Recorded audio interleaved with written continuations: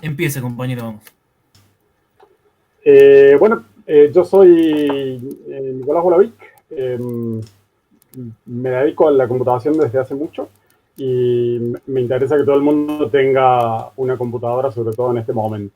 Eh, es un momento bastante complicado y de lo que uno se da cuenta es que realmente la barrera para tener una compu así media reciclada, media cartoneada, es muy, muy baja.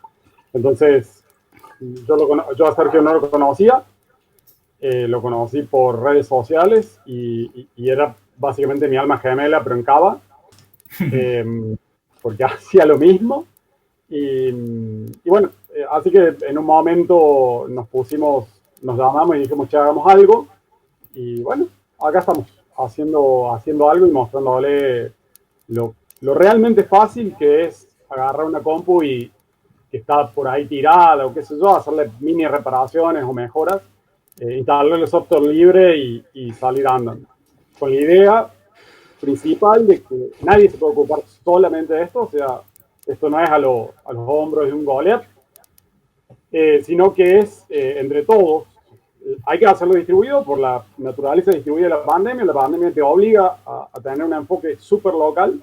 Entonces, también apelamos a eso, ¿no? Que cada uno de nosotros que adquiere estos conocimientos, que trate de cirugiar para su entorno, para algún entorno cercano, ¿no? Que no involucre viajar, que no involucre hacer tantas cosas, pero sí que le pueda dar una mano, porque como me decía algún amigo también de redes sociales, es increíble lo que se puede hacer hasta con una mera llamada por teléfono, ¿no? De decir, hola, ¿cómo estás? Totalmente. ¿Tenés algún problema de conectividad? ¿Te puedo ayudar a algo? Y la gente está muy trabada en cosas que son muy fáciles de solucionar. Entonces, Bien, hacer ese ejercicio básico entre todos y todas me parece que va a ayudar toneladas, no mucho bien. más. También contá, Nico, bueno, vos sos docente, eso para Ah, que la sí, gente sí. sepa también. Sí, sí, pero antes soy cartonero, o sea, de alma. O Bien, sea, acá ya, me ya, pongo el ya, sombrero cartonero, soy docente de ya computación, vamos, pero en detalle. ya vamos a volver sobre el tema cartoneo, que es básicamente lo que nos congrega hoy. Bueno, yo prefiero que me conozcan como Soldán, que es mi nick en varias redes. Soy también docente de nivel primario. A diferencia de Nico, yo, y al igual que muchos apasionados por la informática, no tengo ningún tipo de estudio, no soy técnico, no estudié ninguna ingeniería, nada. Simplemente tengo contacto con computadoras desde muy chico y aprendí a manipularlas, tocarlas, quererlas, desarmarlas desde muy temprana edad. Eh, es una pasión que uno tiene, ¿no? Por las máquinas. Que bueno, también muy de la época, porque bueno, nací en la época donde medio que está explotando todo el mundo de las computadoras. Pero bueno, soy, más allá de eso, soy, bueno, como dije, docente de primaria. En este contexto actual es muy complejo todo, ¿no? Por esto que decía Nico, la falta de conectividad, la angustia de los chicos y de las chicas, muchos alumnos y alumnas que quedan medio caídos del sistema educativo porque no tienen forma de tener cierta conexión. Entonces, bueno, como decía Nico, teniendo charlas, hablando, viendo qué hacía cada uno con esto, dijimos, che, no puede ser, estamos en una situación muy compleja donde, bueno, mucha gente no puede acceder a una computadora y en este momento es algo muy necesario porque, bueno, todo está pasando detrás de una pantalla. Y Y ahí, así fue que, como dijo Nico, surgiendo en charlas fueron surgiendo cómo organizar algo. Y a mí se me vino al nombre a la cabeza este nombre de cibercirujas, porque bueno, es una idea que ya había tenido antes con otro grupo de amigos de los arcades, de los videojuegos. Y básicamente, bueno, el nombre habla un poco por sí solo, ¿no? Digamos, la parte de ciber no hace referencia a un cibercafé, por supuesto, sino que tiene que ver un poco con esta cuestión de la informática, de las computadoras, de las cosas electrónicas. Eh, ¿Y por qué ciruja? También algo que decía Nico. Hay una cuestión que yo creo que tiene que ver un poco con nuestro país, y también lo mencionaba en cierto sentido lo mencionaba David, con el tema de la tecnología, que bueno, en primer lugar siempre corremos como bastante atrás de los avances por, bueno, cuestiones económicas y todas cosas que ya sabemos.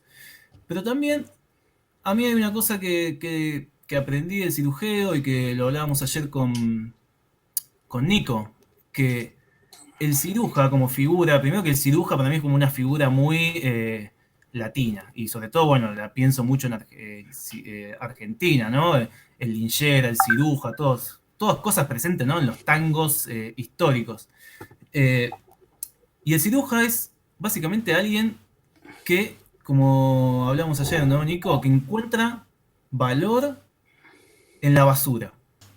Esa es como la Exacto. imagen del ciruja, ¿no? ¿Querés contar un poco de lo que hablábamos ayer, Nico? Sí, el ciruja, ahí vi un tango que se llama el ciruja.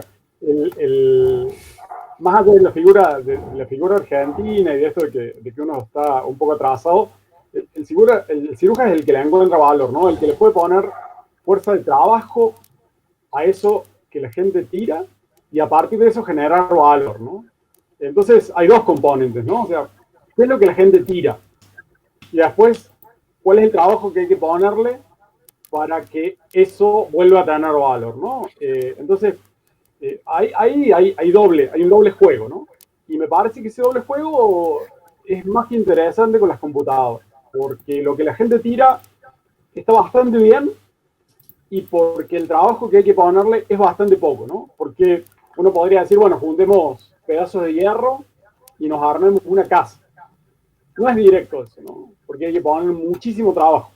Y la gente no tira tanto hierro, ¿no? Entonces, esas dos cosas me parece que conjugan muy bien para que este trabajo de cirujeo, que es básicamente eso, lo que los otros tiran, nosotros les levantamos el valor y nos adueñamos de ese bicho, sea una ecuación muy linda, ¿no? O sea, demasiado buena en realidad, demasiado buena. Eso es lo que charlábamos de cirujeo, ¿no? Claro, y tiene que ver mucho, y acá se une, ¿no? Con la parte que tiene que ver con la que nos congrega, ¿no? Las computadoras. Vos decías que, bueno, sí, juntás un montón de hierros y con un montón de laburo haces una casa, ponele. Uh -huh. Pero acá hay un concepto que creo que es crucial, que más allá, además del ciruja como figura de persona que pone en valor algo, que es basura, que ya sea, no sé, un montón de cables de cobre tirados, el motor de una heladera, el motor de una heladera rota, una cocina rota, lo que sea, hay evidentemente en esta sociedad un concepto de hardware como basura. Es decir, el hardware se lo piensa Uh como -huh. basura que no sirve más. Esto no sirve más. Pero antes de hablar de hardware, digo, porque yo no sé bien quién es, digo, no sé bien, esto está pensado para gente, acá veo que hay mucha gente, amigos y conocidos, que bueno, son del palo de la informática, pero no todos son del palo de la informática y como dijimos, nuestro un poco fin es llevar un poco de luz a todos los que ven a las computadoras como algo, casi una caja negra. Y entonces en esto hay que entender, cuando hablamos de hardware, qué es el hardware.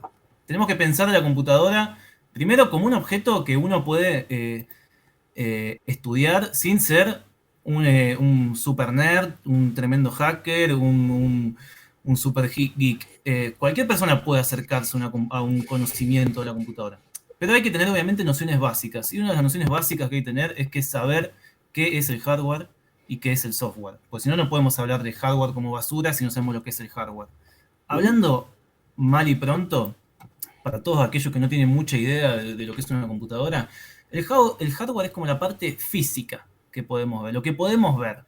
La pantalla, digamos el teclado, digamos el mouse y si nos metemos más adentro, las componentes internos, que son las partes que más nos interesan, por así, en cierto sentido, que son, por ejemplo, a ver si Nico iba a mostrar algo, a ver si lo pueden ver. Por ejemplo, eso si no me equivoco es que es un mother, ¿no? Un madre, sí. Los componentes internos también son el hardware, el mother, que es donde se conectan todas las placas de una computadora, el disco rígido, que es donde se guarda la información físicamente, y la memoria RAM, que bueno, después explicaremos. Son partes, componentes básicos de cualquier computadora. Ahora, entonces, volviendo el hardware como basura. ¿Por qué se piensa el hardware como basura? ¿Por qué la gente tira computadoras? O sea, la gente por lo general tira una computadora sin saber muy bien por qué la tira. Simplemente la tira. Porque, no sé, dice, che, esto está viejo, esto no me sirve, esto me quedó obsoleto. Y sin tener mucho conocimiento, la tiran. Es como, por ejemplo, a mí, como yo con la docencia aprendí que, sobre todo a nivel primario, que hay que hacer analogías muy simples y muy concretas. Si a vos se te rompe una bicicleta, supongamos, si tu bicicleta se le rompe la cadena, ¿no? Algo que pasa constantemente, o se te pincha la bici. ¿Vos vas a tirar la bicicleta cuando se te pincha la cubierta? ¿Vas a tirar la bici porque se le rompió la cadena? No, me imagino que no, si no avisen dónde la tiran y la vamos a buscar. Eh, con las computadoras pasa algo todo lo contrario. La gente por ahí las tira antes de saber siquiera qué carajo es lo que le está pasando que a esa computadora anda mal. No sé si querés agregar algo, Nico. Sí, sí, yo creo que ese es el punto, ¿no? O sea, ¿por qué, por qué nosotros descartamos, por qué el cirujano en computación sirve? Porque un montón de gente está descartando cosas que parecen rotas, ¿no? A los ojos. Porque, digo, hay un problema bastante fuerte, ¿no? O sea, las computadoras son cajas cerradas, ¿no? Donde parecería muy difícil penetrar en ellas. Ni hablemos de los celulares, ni hablemos de los cargadores de las computadoras. Todo en general se presenta como una caja negra con dificultades para su apertura. Entonces, la facilidad de reparación es cada vez mayor, ¿no? O sea, fue paulatino, si uno lo ve históricamente, si uno se pone a pensar en la Apple II original, la Apple II tenía un capot que uno lo sacaba sin siquiera tornillos. Uno hacía chac, sacaba la tapa y ya se veía la máquina al desnudo y uno la podía actualizar, la podía limpiar, la podía mejorar. Entonces, hay un diseño de parte del mercado que dice, no, esto es una caja negra, vos no la toques, porque vos no sabés hacer eso, esto es súper complejo, no lo vas a poder hacer. Y cuando uno se pone a ver un poco cómo funciona todo esto, y ese es el objetivo de este tallercito que queremos dar este fin de año, perderle el miedo, tocar, hacer cosas, mejorar la máquina, uno se da cuenta que en realidad es tan fácil como poner de nuevo la cadena en la bici, como parchar la goma y poner la goma en la rueda. En realidad, lo que hay que hacer es animarse un cacho, entender que uno no va a romper nada y sobre todo que el objeto que se llama computadora, es nuestro, así como es nuestra la bici. Y podemos hacer lo que queramos. En particular, usarla nosotros o el vecino, ¿no? Ningún problema. Exactamente. Y eso, ligado a algo que, bueno, ahí mencioné, yo estoy tratando de mirar el chat cada tanto. eh, Ligado, bueno, obviamente a lo que mencionan acá, que juega, dice Sebas, ahí creo que entra en juego el tema de la obsolescencia programada. Acá vamos, justamente era como el tema, el punteo siguiente.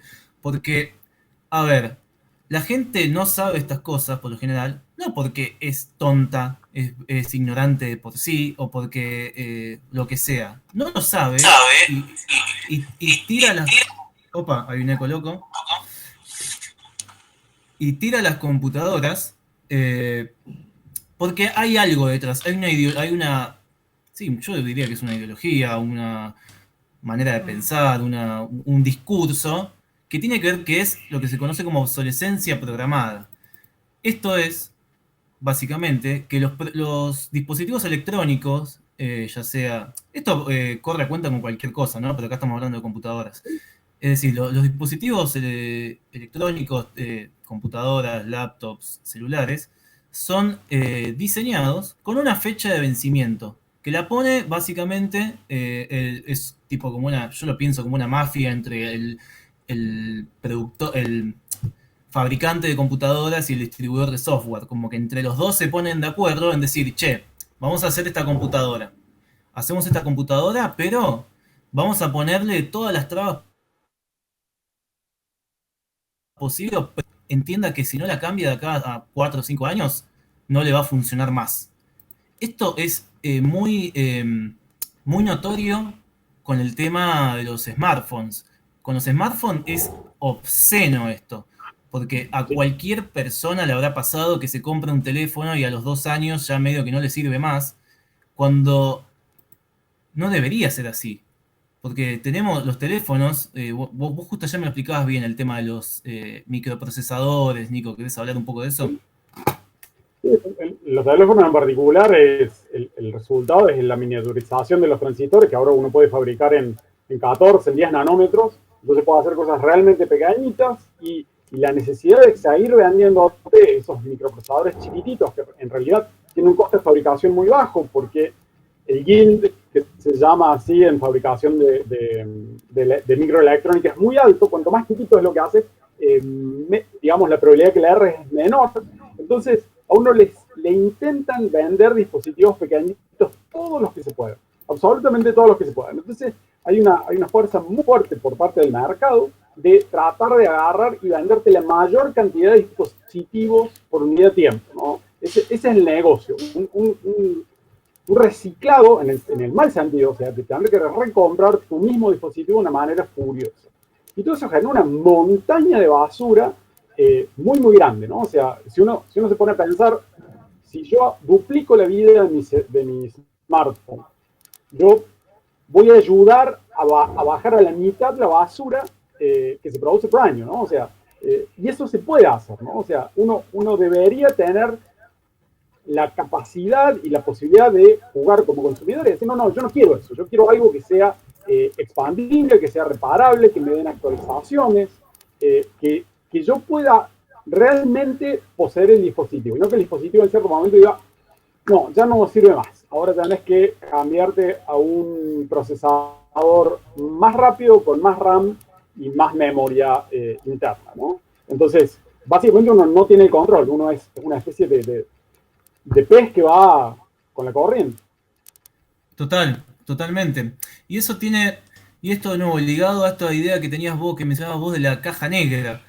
Pese a que hace cuánto, hace, no sé, estamos en 2020, hace más de 30 años que ya podemos decir que las PCs están casi en los hogares de todo el mundo, pese a eso, se sigue viendo a la computadora como una caja negra, mágica, alquímica, donde solo unos pocos iluminados pueden entender qué es lo que Uh pasa -huh. ahí. O sea, de hecho, la gente, digamos, la gente cree que ya de por sí bajar un torrent de internet es casi como hacer magia negra. Imagínense lo que es pensar en desarmar una computadora. Escapa a cualquier tipo de comprensión. Porque tiene que ver un poco con esto. Tiene, para mí, inevitablemente está ligado con esta noción de mercado, como decía David, este modelo económico de la obsolescencia programada, que está pensado para que, básicamente, la persona jamás piense que es real, primero, que es realmente dueño de ese dispositivo y como todo dueño puede hacer lo que se le antoje con ese dispositivo. También puede Uh -huh. tirarlo, ¿no? Pero no tiene control. Entonces, esto de la obsolescencia programada tiene que ver con que, con una imposición económica de un modelo económico de donde hay que producir más, producir más, producir más y consumir cada vez más y tirar, por supuesto. Tirar, tirar, tirar. Por eso digo acá en este bello país, esta bella República Argentina, la figura del ciruja cobra un poco otro sentido acá en este mundo loco de las computadoras. Porque, como dijo Nico y como ya hemos dicho, no se requiere demasiados conocimientos para poder levantar una computadora y mínimamente ver si la puedo hacer prender, si la puedo o si puedo sacar algún componente de ahí para usarla en otra máquina. Hay infinidad de posibilidades. Y esto tiene que ver también con algo que yo a veces hablo con amigos y con gente que por ahí entiende que está un poco más en tema, con que vivimos en una época donde, por suerte, nos estamos discutiendo un montón de conceptos y preconceptos que estaban instalados en nuestras cabezas. Cuestiones de género, cuestiones que tienen que ver con los cuerpos, con cómo nos relacionamos, con las parejas, con todo. Es una época donde, por suerte, la estamos viviendo esa destrucción de un montón de discursos enquistados en la sociedad, donde hay una real convicción de que hay un montón de cuestiones cotidianas montón de hechos cotidianos pensados como hechos políticos, lo cual es algo muy, muy bueno en esta época, por suerte. Pero cuando utilizamos una computadora, muy poca gente se plantea el uso de una computadora como también una cuestión política. Porque, a ver, ¿por qué estoy usando tal o cual aplicación? ¿Por qué la gente confunde Internet con Google? ¿Por qué tiro una computadora cuando puedo llegar a darle una sobrevida?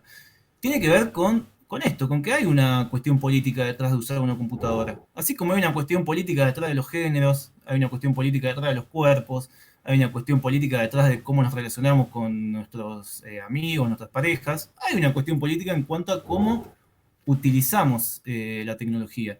Y en eso, insisto, la obsolescencia programada eh, tiene mucho que ver y es muy fuerte cómo opera.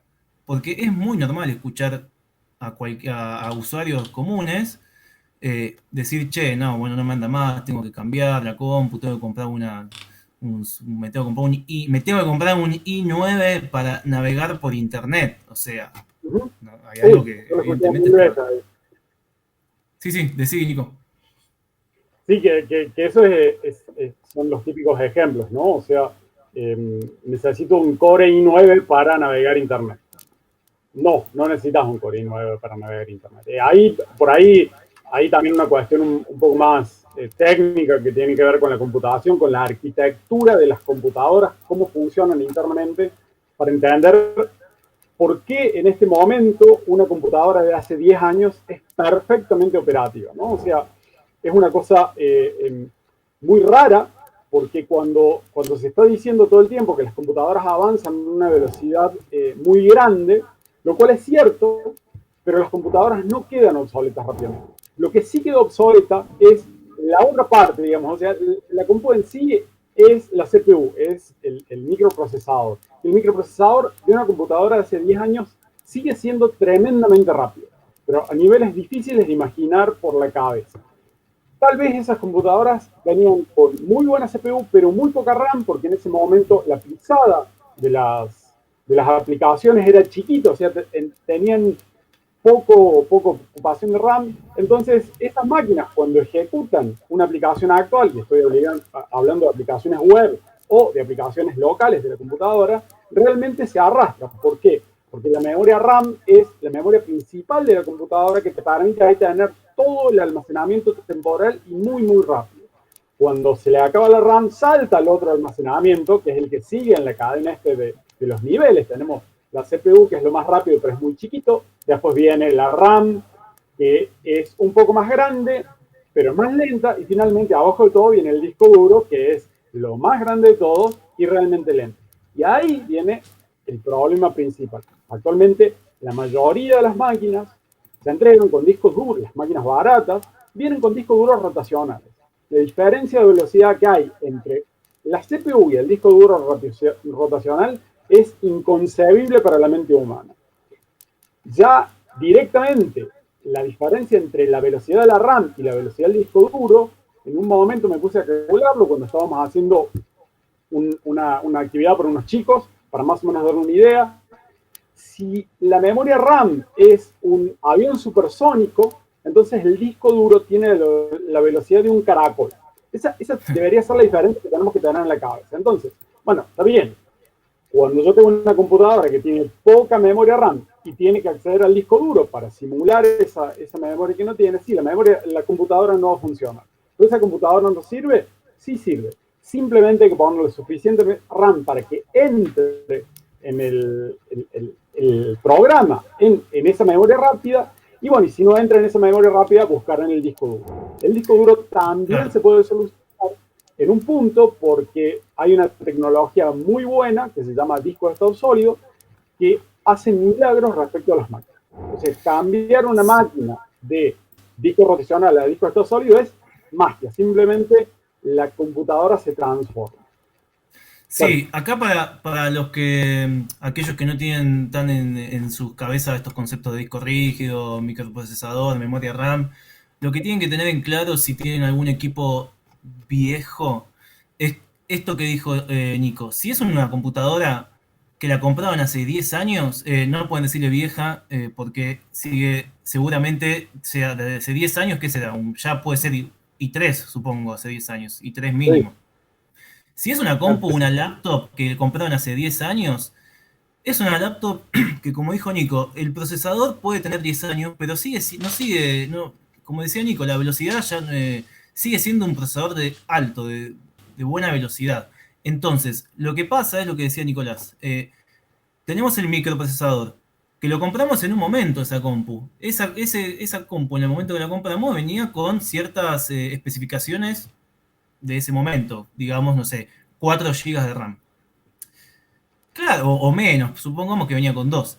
Si hoy te anda lento, es porque esa no significa que no te ande más esa compu. Significa que si vos podés invertir algo mínimo, como comprar memoria RAM, le vas a poder dar más vida. Y si incluso, como dijo Nico, tenés un poco más de dinero y podés cambiarle el disco rígido, porque ¿qué sucede? El disco rígido, dijimos, es donde se guarda la información, donde yo guardo las cosas. Es como el Google Drive, pero de la computadora. Es donde yo guardo todo. Eh, Ese disco rígido, como dice la palabra, es rígido. Es una tecnología distinta a los discos actuales que llaman de estado sólido. Los discos de estado sólido tienen muchísima más velocidad. Entonces, si yo le pongo un disco de estado sólido y le pongo además memoria RAM, ya, bueno, vamos a estar en la máquina a otro nivel. Pero, ¿qué sucede? Hay otra capa más. O sea, tenemos por un lado, bueno, el hardware, dijimos, y tenemos, bueno, el micro, la memoria RAM, el disco rígido. Aún así, hay una pata importante que tiene que ver con las computadoras, que básicamente es el software. Que el software, de nuevo, para aquellos que no comprenden estos conceptos, el software son las aplicaciones con las que interactuamos en la computadora. Una computadora, si no tiene un sistema operativo, software básico, no la vamos a poder usar. Sí, me van a decir, va a saltar algún super nerd y decirme, no, pero yo hago. No, bueno, estamos hablando de personas comunes. Las personas comunes necesitamos software como un sistema operativo para interactuar con nuestra computadora. Y ahí es donde, de nuevo, entramos en otra cuestión. Porque lo habíamos dicho antes, lo había dicho yo en modo teoría conspirativa. Para mí, los fabricantes de hardware están en complicidad con los distribuidores de software. ¿Por qué digo esto? Porque el sistema operativo, que es el programa esencial de una computadora, funciona en determinado hardware. Pero ese software también, como que con el paso de del tiempo, va consumiendo más recursos de esa máquina. La máquina va necesitando cada vez más recursos para hacer tareas súper básicas como, no sé, escribir un documento de Word. Y eso, de nuevo, tiene que ver con la obsolescencia programada, porque no es solamente que el fabricante de hardware vende una computadora para que la reemplacemos rápidamente. No, también está el tipo que produce software, digámosle Juan Carlos Microsoft, que nos dice, che, mirá que yo cada 3 años voy a sacar una versión nueva de Windows. Y si voy a sacar una versión nueva de Windows, yo ya no te la vendo en un CD como en los años 90. Te la vendo en las computadoras. Microsoft hace dinero esencialmente vendiendo el sistema operativo instalado en su compu, en las computadoras que compramos. Por eso el fabricante de hardware necesita, también está asociado con el vendedor de software en este circuito de venta, porque ambos dos se necesitan mutuamente. Por eso está esto de que, bueno, saquemos computadoras todo el tiempo, porque el sistema operativo, que digamos, digo Windows porque obviamente es el que más el que usa todo el mundo, ¿no? El sistema operativo cambia cada, no sé, 2, 3 años, y cada 2, 3 años elevan los requerimientos de hardware. Y ahí es donde, de nuevo, se nos mete el tema de la obsolescencia programada. De nuevo, donde vemos gente que dice, che, pero el Windows ya no me anda más, me anda súper lento, me anda retrabado, no puedo hacer nada. O peor aún, no el Windows, sino otras aplicaciones dejan de andar, porque dicen, no, che, tu computadora ya tiene 5 años, la verdad que tenés que cambiarla, ponerte las pilas. Y la verdad que no es así. Ahí estamos ante un problema que tiene que ver con el básicamente el software. No sé si quieres agregar algo, Nico. Sí, el software es... Hay un problema muy grave con el software, ¿no? O sea, el software no existe. El software es una configuración particular de la máquina, ¿no? Así como le gusta decir a mi compañero de oficina, a mi amigo, uno tiene una cantidad gigantesca de combinaciones de unos y ceros que pueden estar dentro de la memoria RAM. Una de esas es Windows 10. Pero hay otra que va a ser Linux, otra que va a ser Linux con algún sistema operativo. Entonces, es muy difícil conceptualmente que alguien te venda software, porque el software no es nada, es simplemente poner a tu máquina de una forma dada. En ese esquema de lo que es el software, que es, por eso está muy bueno como se dice en francés, o se decía antes en español, de España, el logical, porque es absolutamente, es una cuestión lógica, no es una cuestión física, no tiene valor y tiene un costo de copia cero. Entonces, eso empieza a generar problemas en los modelos de negocios tradicionales que te vendían objetos concretos, una lapicera, y yo la poseo, la lapicera, que hacen que el modelo de negocios ahora pase a ser el licenciamiento y no la posesión de un objeto, porque ese objeto no se puede poseer. Es una imposibilidad por definición, ¿no? Entonces, cuando uno tiene un esquema que te venden un objeto que en realidad no te lo venden, sino que te dan licencia para usar una configuración particular de los bits de tu computadora, empiezan problemas legales muy difíciles, ¿no? O sea, ¿cómo saber, por ejemplo, una pregunta muy básica, ¿qué pasa si yo toco uno de esos bits a los cuales me vendieron una licencia de uso por un tiempo determinado? ¿Estoy infringiendo la ley o no? No lo sé, yo realmente no lo sé. ¿Qué pasa si agarro esos bits y los transporto desde esta máquina a la máquina del lado? ¿Estoy infringiendo la ley? Probablemente, si yo me pongo a revisar las 500 páginas que componen la End User License Agreement, que es eso lo que nosotros siempre le decimos sí, sí, sí, sí, sí, sí, en todo momento, que sí la aceptamos esa licencia, probablemente diga que no se puede, o que se puede bajo ciertas condiciones. Entonces, en ese panorama... Incluso hay en computadoras las licencias de Windows, a veces te piden relicenciarlas si cambias solamente un componente de la computadora. Vos Sí, podés cambiar, bueno, la placa madre es importante, pero podés cambiar otro componente relativamente menor como la memoria, y si te lo detecta a veces te pide que revalides la licencia de Windows. Perfecto.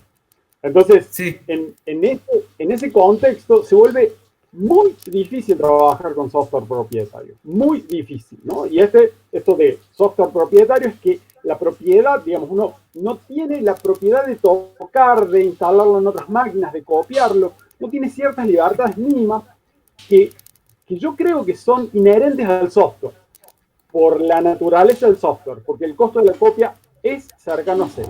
Entonces, ante todo este panorama aparece algo que es el software libre, que en este contexto de reutilización de aparatos que uno está recuperando, cibercirujeo, calza perfecto por infinitas razones. Yo creo que la razón más fuerte, la más fuerte, es tener una máquina nueva simplemente instalando el último software libre. O sea, el caso que yo estoy viendo muy seguido son las máquinas que se quedaron en Windows XP, unas notebooks de aproximadamente 9, 10 años y más.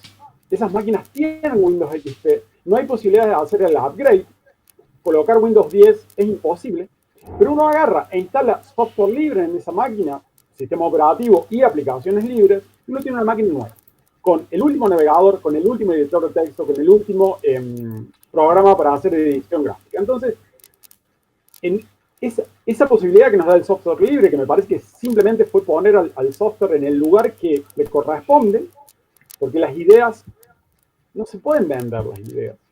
Y el software es una idea, hace que no haya otra salida posible en este sentido de cómo terminar ese trabajo de yo cirujeo la máquina, la mejoro, la arreglo, la parcho, y está pipi cucu, ¿y ahora qué hago?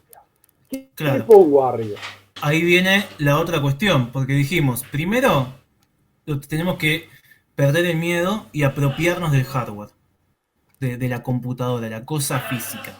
Perder el miedo significa desarmar, animarse. Estamos en una época en que hay 200.000 millones de tutoriales en YouTube y les puedo asegurar, sí, desarmar una laptop puede ser en principio medio difícil, no lo voy a negar, pero se puede empezar por cosas más sencillas como desarmar una PC, que, a ver, si está desenchufada, no te va a pasar nada. Obviamente, a lo sumo, te tajeás con las chapitas de las chapas del CPU. ¿Quién nos habrá cortado desarmando un CPU?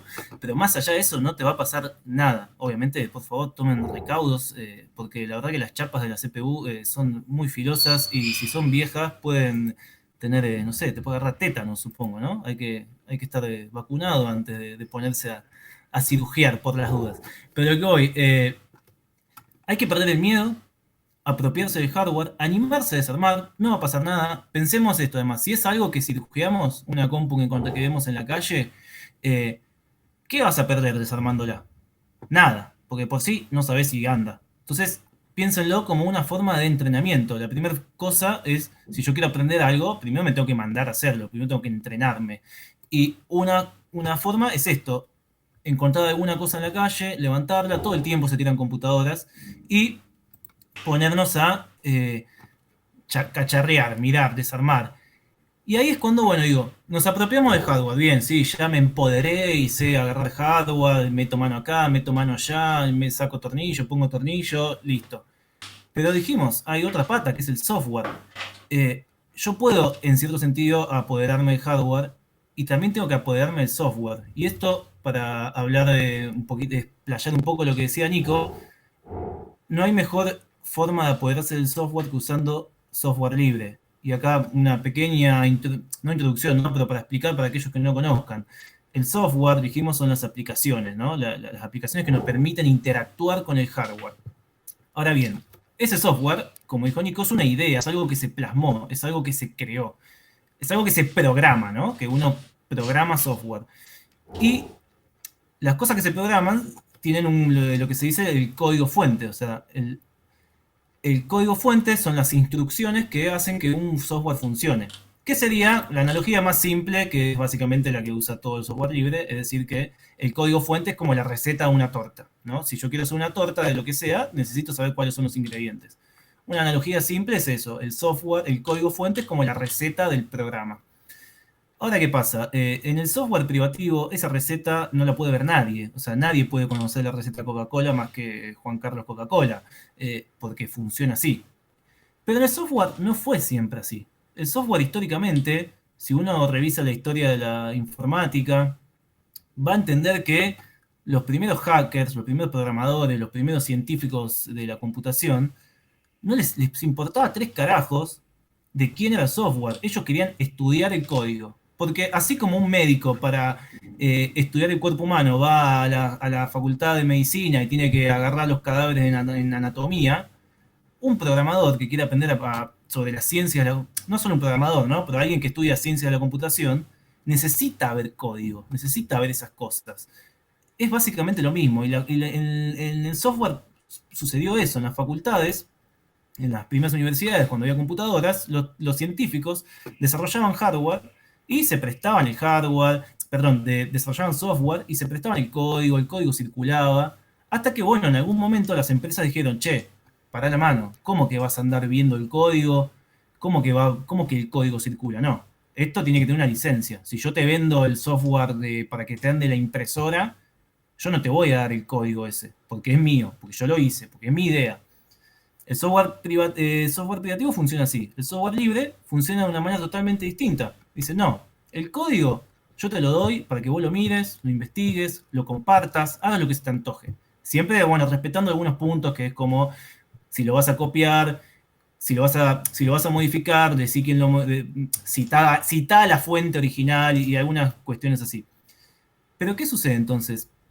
Como el código en el software libre está disponible para todos, hay un montón de gente, programadores sobre todo, que se dedican a modificar ese código. Obviamente yo no, porque yo no entiendo un carajo de programación, no entiendo nada de código fuente, yo no me voy a poner a mirar el código del kernel de Linux, ni nada de eso, porque no entiendo.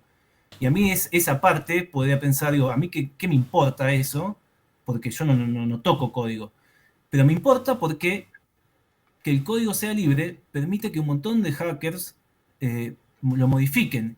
Y en esa modificación es que surgen los sistemas operativos basados en Linux, y gracias a eso hay un montonazo de desarrollos que están apuntados a equipos que el mercado considera como obsoletos. Una computadora de hace 10 años, como veníamos diciendo, les va a funcionar mucho mejor con alguna distribución basada en Linux que con un, no sé, Windows 10, pero por cuestiones que tienen que ver a cómo funciona Linux, que primero que para cualquiera que haya usado Linux lo entiende fácilmente. Linux tiene una particularidad que nos permite un nivel de customización, es decir, de cambiar cosas que no otros sistemas operativos no lo permiten. Y una de esas customizaciones tiene que ver con el uso de los recursos en el sistema, en la computadora. En una computadora con bajos recursos, uno puede tunear un Linux para que consuma relativamente nada y uno lo puede usarlo normalmente. Que si se usara otro sistema operativo más moderno, o más, no, más moderno no, porque el Linux ese es moderno, solamente que está adaptado a equipos de bajos recursos. En cambio, un Windows 10, o sí, Windows 10 digo porque es el último, no va a funcionar bien en equipos con bajos recursos. ¿Querés decir algo vos, Nico? Sí, ahí lo que me gusta mostrar son las decisiones comerciales de Windows. Como decía ahí en el chat, Windows está muy bueno, ¿no? Es un muy buen sistema operativo. Muy popular, tremendamente popular. Y por ser tremendamente popular, es un sistema operativo tremendamente atacado. Porque, bueno, Linux vive allá en la superficie, en el 5 o 10% del total instalado de máquinas de uso hogareño. Entonces, nadie lo ataca, digo, lo atacan menos porque es económicamente menos interesante.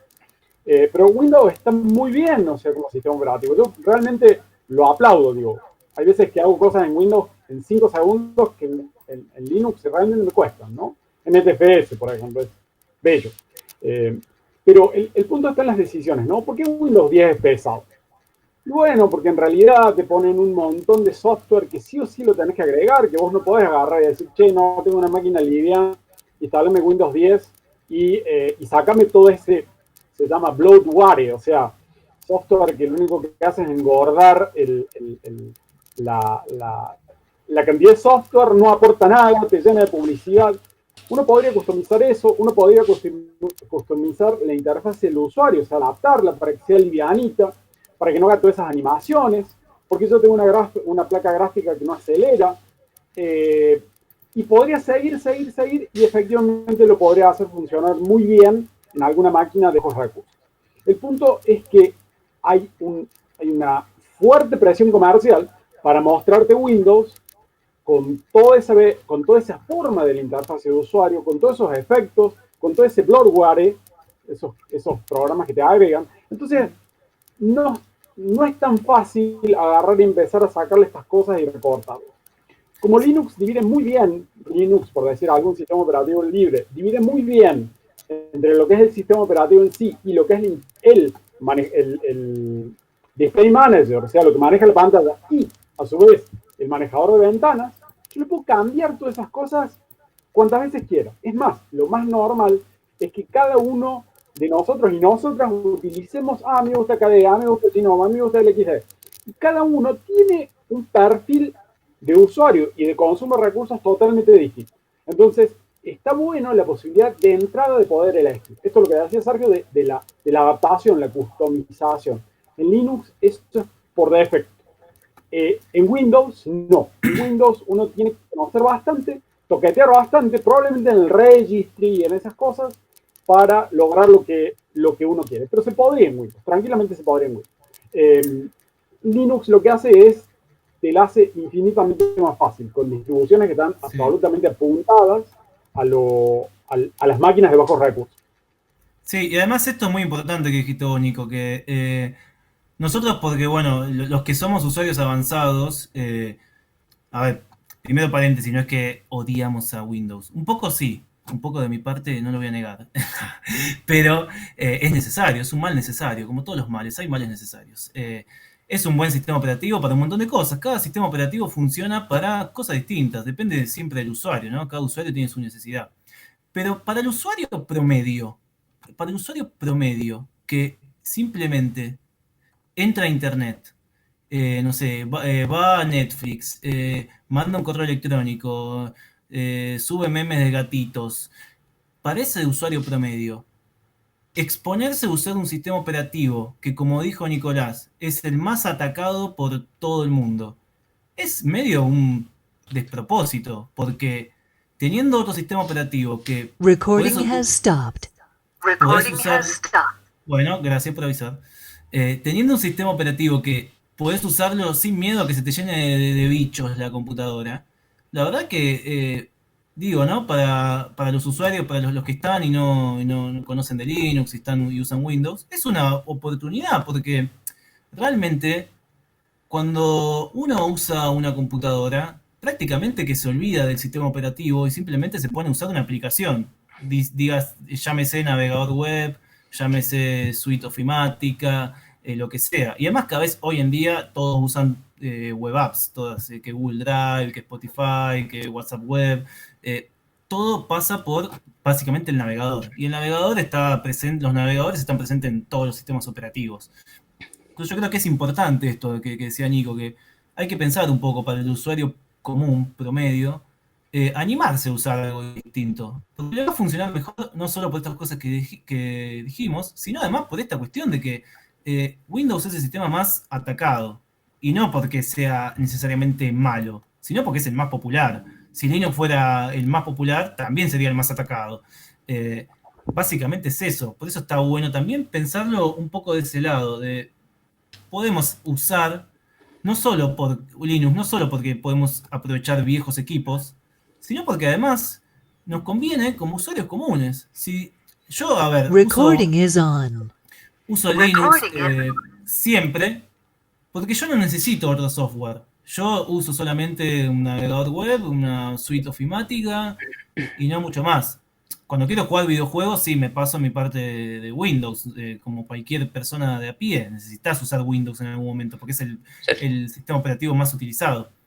¿Puedo agregar algo, Sergio? Sí, por supuesto.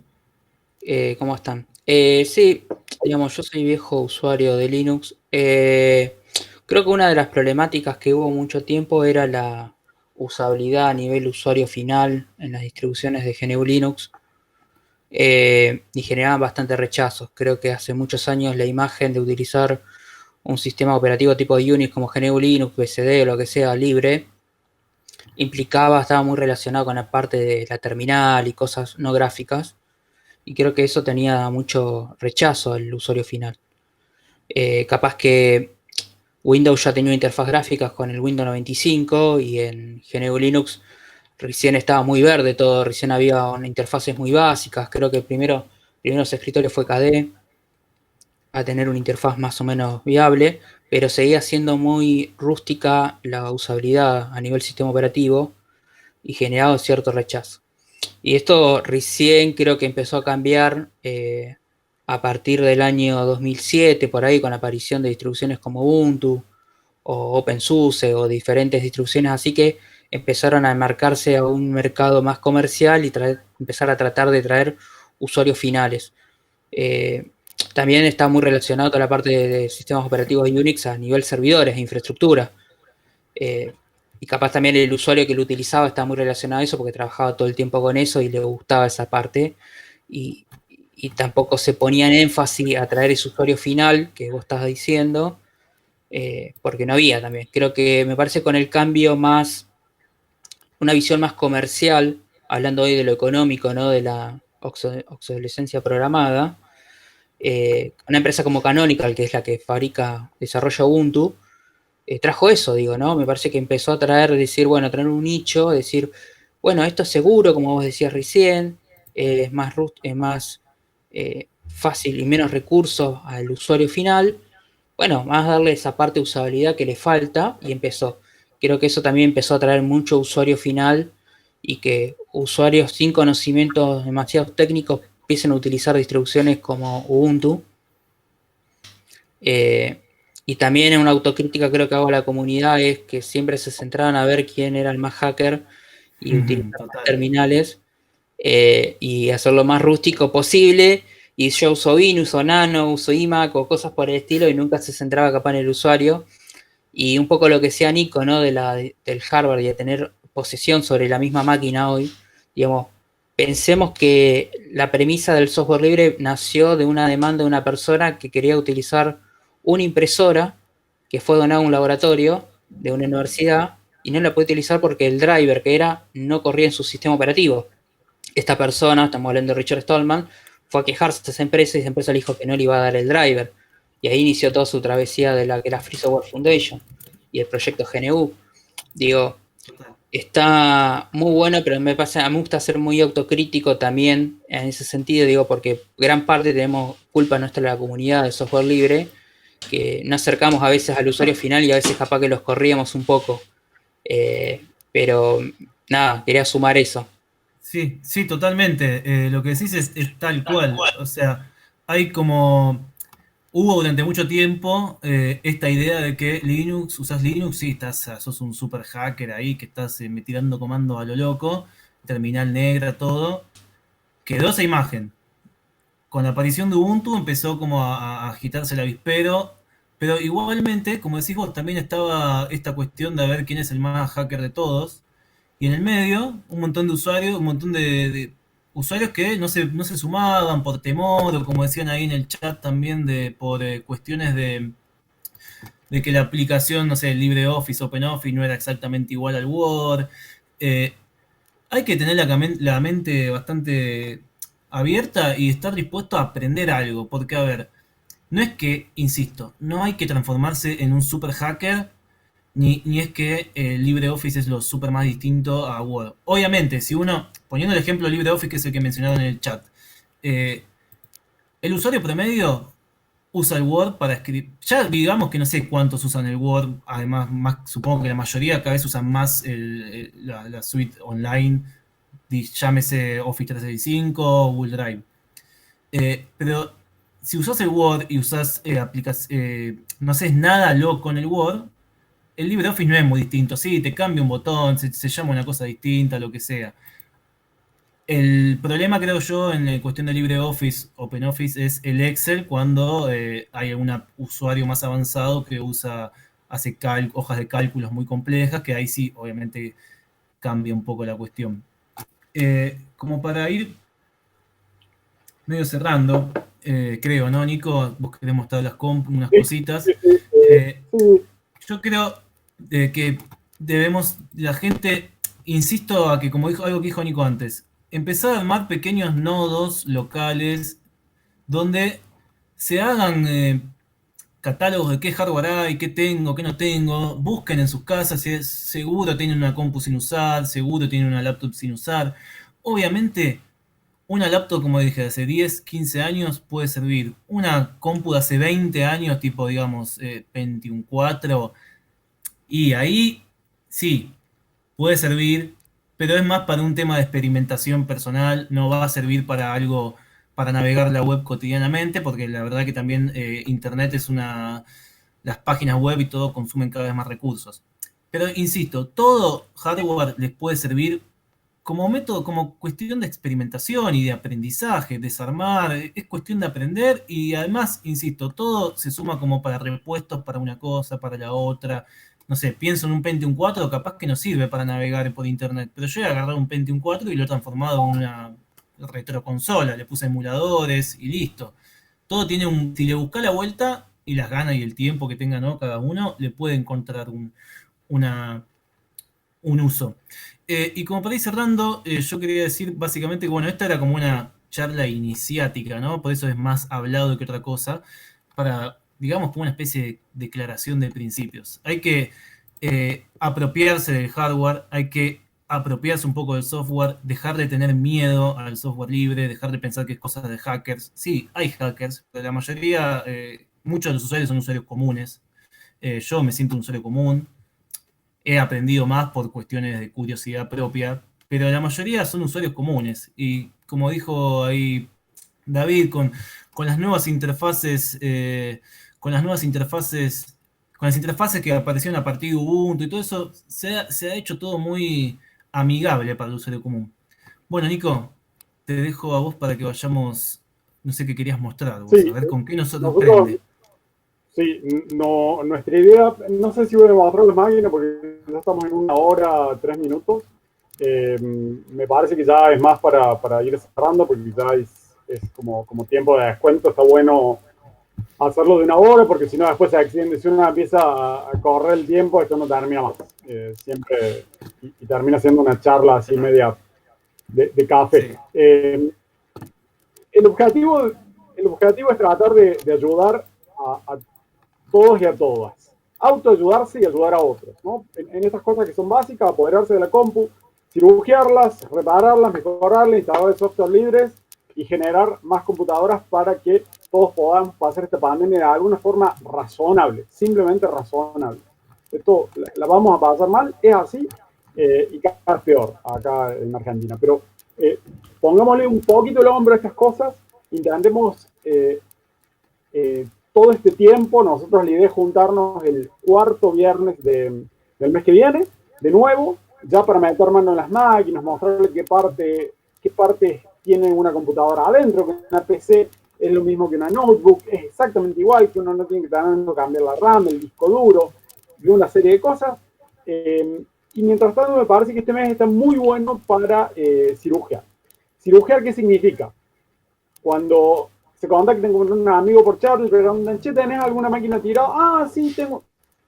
Trae. O te la voy a buscar, o te mando un Tramitel a que te lo busque. Entonces, juntemos máquinas, busquemos qué tenemos y empecemos a pensar en esto, en cómo reciclar esas computadoras y empecemos a jugar, saber si prenden, si no prenden, limpiarlas, y un montón de cosas básicas que hay que hacer, ¿no? Me parece un buen momento para ir probando todas estas cosas y poniendo en práctica todas estas redes que van a ser locales. Vamos a ayudar en la cuadra, vamos a ayudar en el barrio, vamos a ayudar en nuestra comunidad, porque no nos podemos mover, la idea es moverse poco, casi siempre, y que ya nos encontremos la próxima vez, el próximo viernes, el próximo 4º viernes de octubre, ya a hablar un cachito y a ver estas cosas, sobre todo para la gente que no sabe. Para la gente que sabe, por favor, ayuden a la gente que no sabe, porque es realmente muy fácil ayudar. Sí, totalmente. Y eso, y ya cerramos, es algo que también, la verdad, es muy valorable del software libre, que el software libre genera algo que no genera ningún... Estamos hablando de software, a ver si entienden, programas. Y gracias a programas de computadora la gente crea comunidades que generan lazos comunitarios. Eso no pasa con Windows, no pasa con, no sé, Adobe, no pasa con nada. Son lazos comunitarios. Y yo creo que en esta época donde el tejido social está cada vez resquebrajándose más, es muy importante entender lazos comunitarios, lazos sociales, unirnos y entender que, bueno, siempre la salida es colectiva. Y por eso, como decía Nico, nos veremos en otra ocasión. Traten de tejer lazos, de conectar, saber quién tiene esto, quién tiene lo otro. Siempre hay alguien que va a necesitar una computadora. Y siempre va a haber alguien que tiene algo para donar, así como hay gente que tiene para donar ropa, electrodomésticos que no usan, juguetes, la gente puede donar una computadora, eso es lo más común. Yo quiero hacer anuncios parroquiales por si nos quieren, si quieren saber cómo seguir en esto. Nosotros nos estamos juntando en un chat que se llama, ahí lo dejo en el chat, valga la redundancia, chat.rebelión.digital. Es un chat a la vieja usanza, pero con unas interfaces un poco más lindas. Entran en ese chat, se crean un usuario y hay distintas salas. Y está la sala de, obviamente, cibercirujas. Y digo que puede ser un lindo espacio como para empezar a ir gestando, bueno, distintos vínculos, distintas movidas. Desde ya muchas gracias, yo jamás iba a pensar que iba a haber 74 personas escuchándome, es como, ya me siento un influencer. ¿Somos un influencer de los crotos, Nico? ¿Vos qué decís? Tanto influencer, tanto. Y pico. Tremendo. Excelente. Bueno, muchachos y muchachas, ya saben, pueden pasarse por ese chat, entrar a esa sala, también hay otras cosas de nerdeadas para ahí, por si quieren ir a aprender. Y bueno, nos veremos el próximo último viernes de octubre, ya con algunos ejemplos, con algunas cosas un poco más prácticas. Muchísimas gracias. Vale. Muchas gracias a los que colaboraron también, porque esto evidentemente se hizo entre todos y todas. Así que, Nos salvaron las papas, Bari. sí, Vale. la verdad. Muchísimas gracias, gente. Y bueno, estamos al habla. Hasta luego. Hasta luego. Luego. Nos vemos. Adiós. Chao, gracias. Chao, muchas gracias. Chao.